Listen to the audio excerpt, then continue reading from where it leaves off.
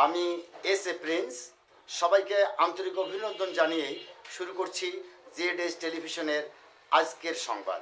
প্রতিহিংসা চরিতার্থ করার মানুষে পাকা রাস্তার পানি নিষ্কাশনে ড্রেনের মুখ কতিপয় ব্যক্তিদ্বয় কর্তৃক বন্ধ করায় নোংরা দুর্গন্ধ পানিতে জলাবদ্ধতার সৃষ্টি হয়েছে রংপুর সদরের চন্দমপাট ইউনিয়নের পুটিমারি গ্রামে।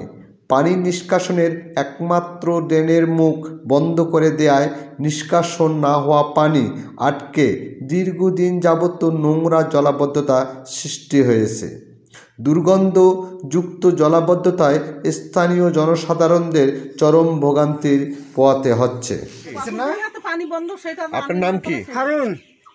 এখানে এই যে ড্রেনটা পানি কতদিন যাবত বন্ধ?